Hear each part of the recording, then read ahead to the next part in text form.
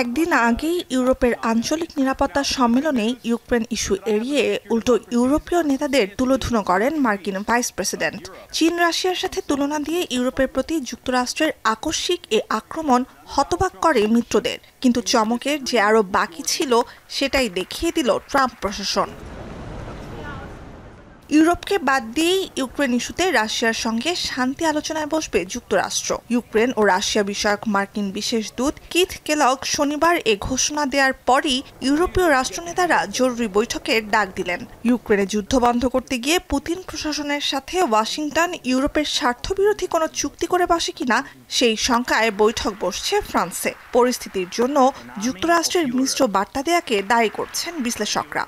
The United States, which on the one hand is about pulling back from Europe and saying your security is your problem, and at the same time saying that the United States is an extremely important power and Donald Trump has made it his personal agenda to lead these negotiations. And the message they are sending is that the United States is now the key player in the middle between the two conflicting parties and wants to bring this peace to an end without really wanting to be involved in the stabilization of the situation. কয়েকশো বছরের মিত্রতাকে Trump প্রশাসনের বুড়ো আঙুল দেখানো গোটা ইউরোপে সৃষ্টি করেছে হতাশা, অবিশ্বাস আর আতঙ্কের এক মিশ্র অনুভূতি। আঞ্চলিক জোট ইউরোপীয় ইউনিয়নের নেতাদের আশঙ্কা যুক্তরাষ্ট্রের কয়েক দশকের সামরিক সুরক্ষা হারাবে অঞ্চলটি।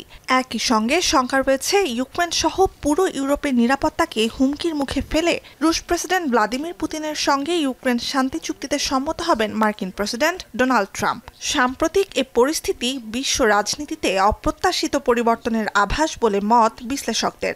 The Munich Security Conference clearly showed that we are witnessing tectonic shifts of the order structures and also of the positioning of major powers.